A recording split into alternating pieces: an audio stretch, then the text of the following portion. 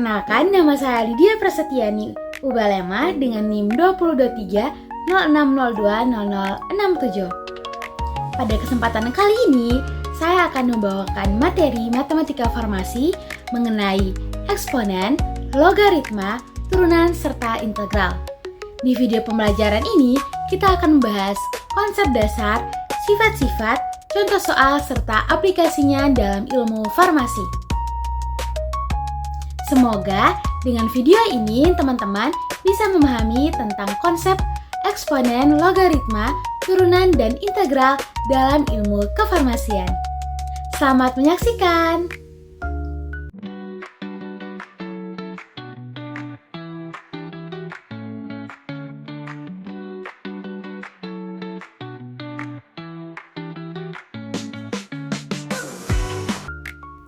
Eksponen merupakan bentuk perpangkatan yang menyatakan perkalian berulang suatu bilangan. Secara umum, eksponen dituliskan sebagai A pangkat N yang berarti bilangan A dikalikan dengan dirinya sendiri sebanyak N kali.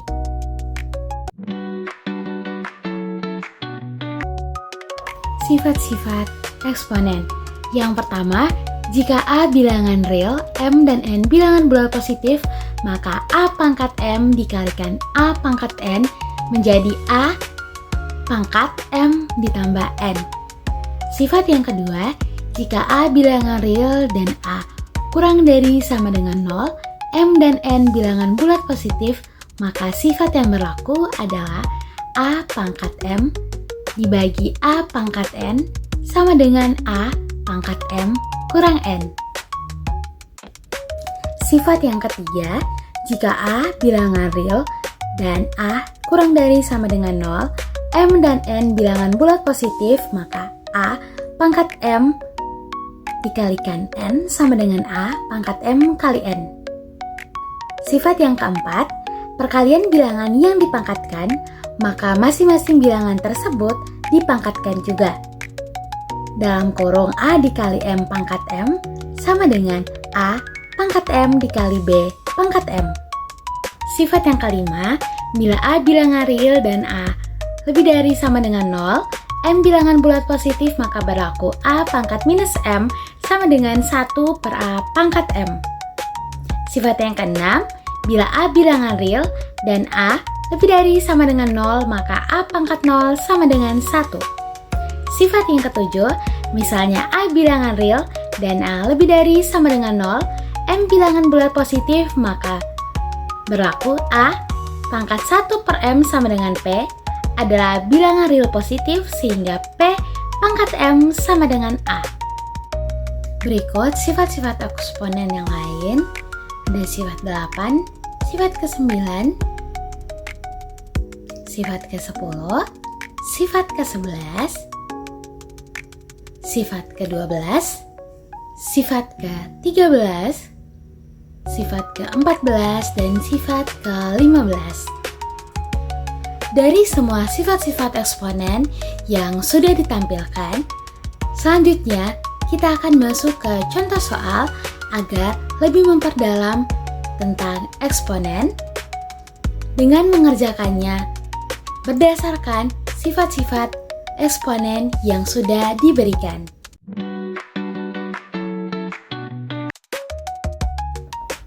Yang pertama, kita akan mengerjakan soal A terlebih dahulu. Soal A, minus 5 pangkat 6 dikalikan 25 pangkat 2 per 125. Minus 5 pangkat 6 dikalikan 25 itu adalah 5 pangkat 2, maka dituliskan 5 pangkat 2 dipangkatkan 2. Per 125 adalah 5 pangkat 3. Selanjutnya, minus 5 pangkat 6 ditulis 5 pangkat 6 karena minus 5 dipangkatkan bilangan genap, hasilnya tetap genap, maka ditulis 5 pangkat 6. Ditambah dengan 5 pangkat 4 karena 5 pangkat 2 dikalikan 2 per 5 pangkat 3 sama dengan 5 pangkat 6 tambah 4 per 5 pangkat 3 sama dengan 5 pangkat 10 per 5 pangkat 3. sama dengan 5 pangkat 10 kurang 3 sama dengan 5 pangkat 7. Berikut untuk soal B, 2x pangkat 3 dikali 7x pangkat 4 dikali 3x dipangkatkan 2. Sama dengan, mula-mula kita kelompokkan terlebih dahulu bilangan depannya. 2 kali 7 dikali 3 pangkat 2 dikalikan x pangkat 3 kali x pangkat 4 kali x pangkat 2. Sama dengan 2 kali 7 kali 3 pangkat 2 adalah 162. X pangkat 3 tambah 4 tambah 2 adalah x pangkat 9. Berarti jawabannya menjadi 126x pangkat 9. Selanjutnya adalah aplikasi eksponen dalam bidang farmasi. Di sini saya akan mengambil satu contoh, yaitu peluruhan zat radioaktif yang banyak digunakan dalam radiofarmasi dan kedokteran nuklir. Nah, peluruhan zat radioaktif mengikuti fungsi eksponensial menurun. Besarnya laju peluruhan dinyatakan dengan konstanta peluruhan yang disimbolkan dengan lambda. Nah, rumus tersebut di mana lambda adalah konstanta laju peluruhan, T setengah adalah waktu paru. Semakin kecil waktu paru, maka nilai lambda semakin besar. Artinya, zat tersebut meluruh lebih cepat. Aktivitas peluruhan menunjukkan seberapa aktif suatu zat radioaktif pada waktu tertentu. Berikut adalah rumusnya. Namun, karena jumlah zat berkurang secara eksponensial, maka aktivitas peluruhan dapat diteruskan sebagai, dan jika dinyatakan menggunakan waktu paru, maka rumusnya menjadi. Nah, dalam bidang farmasi, khususnya radiofarmasi sendiri, konsep ini sangat penting karena dia dapat menentukan waktu penggunaan radioisotop, menjamin keamanan pasien, serta mengatur penyimpanan dan distribusi radiofarmaka. Baik, itu adalah salah satu contoh penerapan eksponen dalam dunia farmasi. Dengan memahami konstanta peluruhan dan aktivitas peluruhannya, kita dapat mengetahui efektivitas dan keamanan penggunaan zat radioaktif.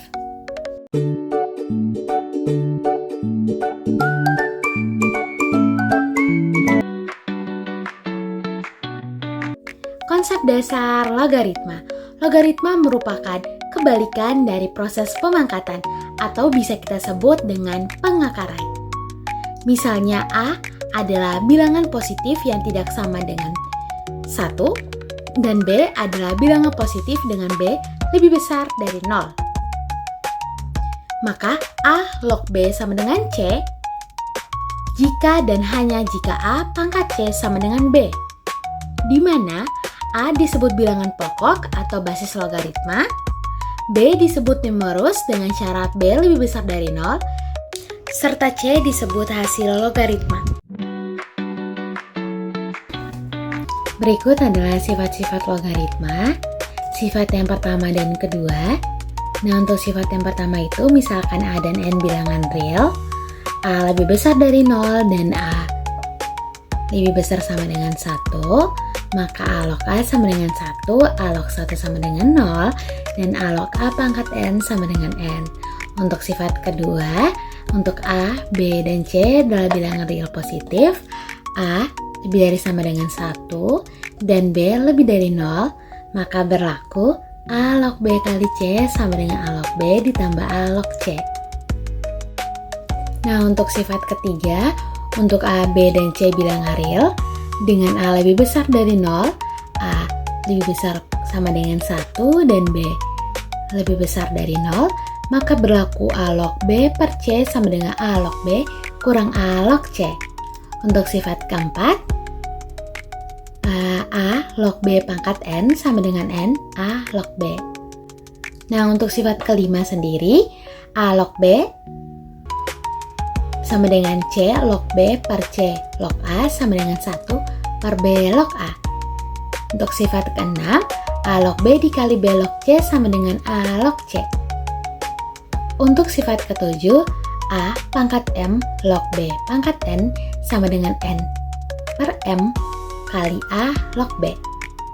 Dan untuk sifat ke-8, A pangkat A log B sama dengan B. Selanjutnya kita akan membahas contoh soal penyederhanaan logaritma dengan menerapkan sifat-sifat logaritma secara sistematis. Untuk soal yang pertama, sederhanakanlah bentuk berikut. 2/3 kali 2 log 64 kurang 1/2 kali 2 log 16. Langkah pertama, kita perhatikan bahwa kedua logaritma memiliki basis 2. 2 log 64 sama dengan 6 karena 2 pangkat 6 sama dengan 64. 2 log 16 sama dengan 4 karena 2 pangkat 4 sama dengan 16. Langkah kedua, kita masukkan ke persamaan menjadi 2/3 kali 6 kurang 1/2 dikalikan 4. Selanjutnya, 2/3 kali 6 sama dengan 4 kurang 1/2 kali 4 sama dengan 2, sehingga hasil 4 kurang 2 sama dengan 2. Dengan demikian, hasil penyederhanaan pada soal bagian A adalah 2. Contoh soal berikut soal B, sederhanakan bentuk berikut. Log akar A ditambah log akar B kurang 1/2 log AB. Langkah pertama yang kita lakukan adalah mengubah bentuk akar ke bentuk pangkat. Bentuk akar dapat dinyatakan sebagai pangkat pecahan. Akar A sama dengan A pangkat 1/2, akar B sama dengan B pangkat 1/2. Sehingga persamaannya menjadi log A pangkat 1/2 ditambah log B pangkat 1/2 sama dengan 1/2 log AB. Selanjutnya, berdasarkan sifat logaritma log M pangkat N sama dengan N log M, maka diperoleh 1/2 log A tambah 1/2 log B kurang 1/2 log AB. Selanjutnya, kita faktorkan konstantanya sehingga 1/2 dikalikan log A tambah log B kurang log AB. Diketahui bahwa log A tambah log B sama dengan log AB, sehingga menjadi 1/2 kali log A B kurang log AB. Log AB kurang log AB sama dengan log 1 yakni 0, maka 1/2 dikali 0 sama dengan 0. Dengan demikian, hasil persederhanaan pada soal bagian B adalah 0. Selanjutnya, kita akan membahas tentang aplikasi logaritma dalam bidang farmasi.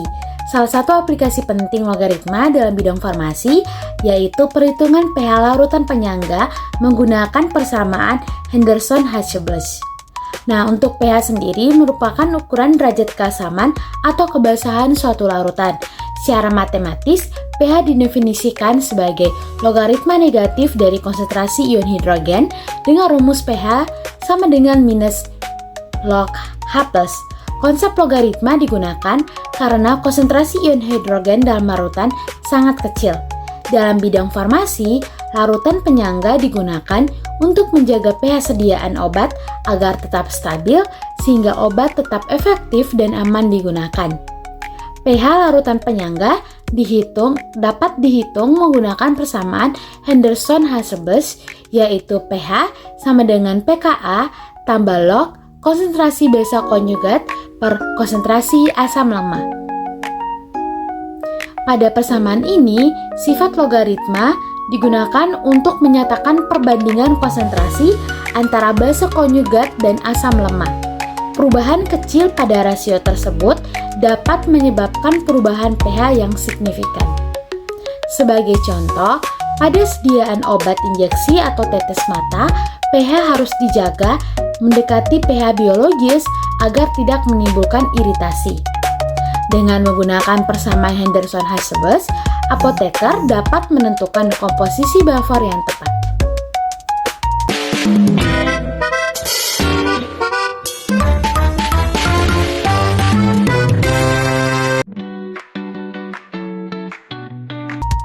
Turunan dapat didefinisikan sebagai limit dari suatu fungsi. Secara sederhana, turunan menunjukkan laju perubahan suatu fungsi terhadap variabelnya. Dalam konteks grafik, turunan menggambarkan kemiringan garis sengkung pada suatu titik. Dalam matematika, turunan dapat dinyatakan dengan beberapa notasi, yaitu yang pertama notasi Newton. Pada notasi Newton, turunan pertama suatu fungsi dinyatakan sebagai f aksen x atau y aksen. Notasi ini menunjukkan turunan pertama dari fungsi terhadap variabel. Yang berikutnya yaitu notasi Leibniz. Nah, notasi ini dituliskan sebagai d if x per dx atau dy per dx. Notasi ini menunjukkan bahwa turunan merupakan perbandingan perubahan fungsi terhadap perubahan variabel bebas. Secara matematis, turunan dapat digambarkan menggunakan konsep limit. Nah, persamaan ini menunjukkan bahwa turunan adalah hasil dari limit perubahan nilai fungsi ketika perubahan variabel mendekati nol.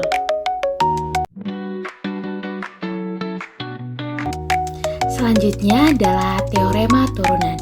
Untuk teorema A, dia menggunakan aturan fungsi konstanta. Teorema B, dia menggunakan aturan fungsi identitas. Teorema C menggunakan aturan pangkat. Teorema D menggunakan aturan kelipatan konstanta. Teorema E menggunakan aturan jumlah. Dan teorema F menggunakan aturan selisih.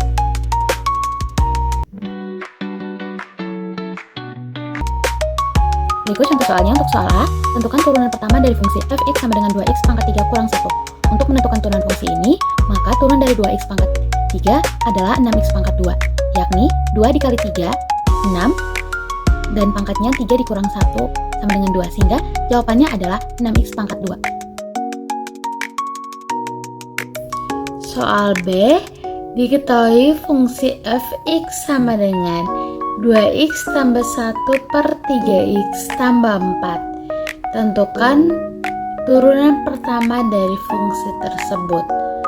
Diketahui fungsi ini berupa bentuk pecahan, sehingga untuk menurunkannya digunakan aturan turunan fungsi pembagian, yaitu f per gx sama dengan gx dikali f aksen x kurang fx dikali g aksen x per gx kuadrat.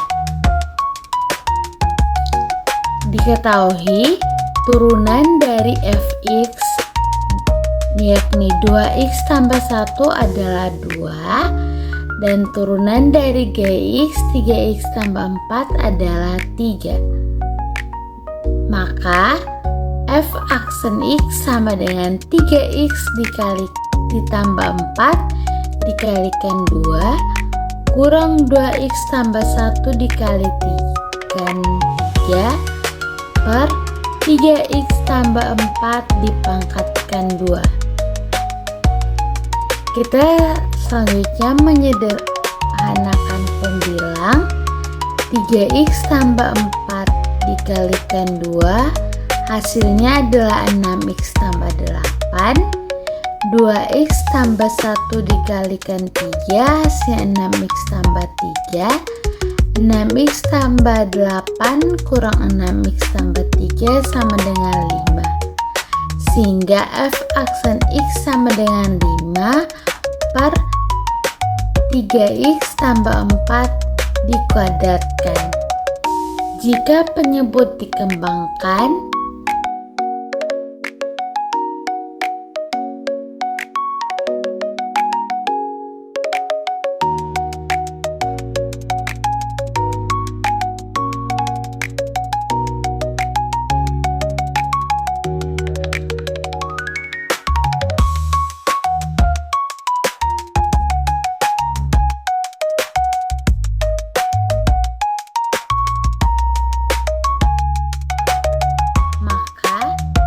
hasil terakhirnya f aksen x adalah 5 per 9x kuadrat ditambah 24x tambah 16. Selanjutnya kita akan bahas aplikasi turunan dalam bidang farmasi.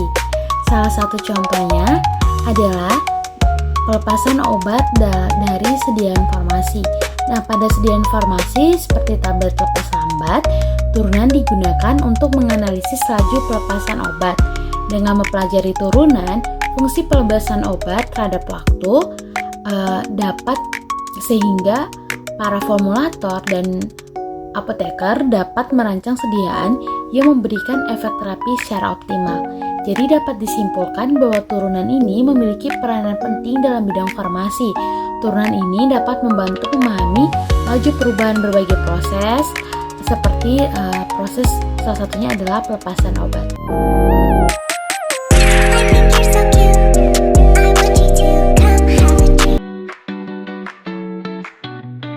Integral merupakan anti turunan atau kebalikan dari turunan yang berfungsi untuk menentukan volume, titik pusat, dan lainnya. Nah, suatu fungsi f(x) akan menjadi f aksen x dan itu merupakan keturunan. Maka f aksen x dibalik lagi menjadi fx merupakan integral. Nah, integral ini terbagi atas beberapa jenis, yaitu integral tak tentu dan integral tentu. Integral tak tentu yaitu integral yang nilainya tak tentu, sedangkan integral tentu adalah integral yang nilainya tertentu karena dibatasi. Selanjutnya, kita akan membahas tentang sifat-sifat integral tak tentu. Diketahui bahwa fx dan gx merupakan dua fungsi yang dapat diintegralkan, serta c dan k adalah bilangan real. Berdasarkan hal tersebut, terdapat beberapa sifat integral yang perlu dipahami. Yang pertama, integral dari 1.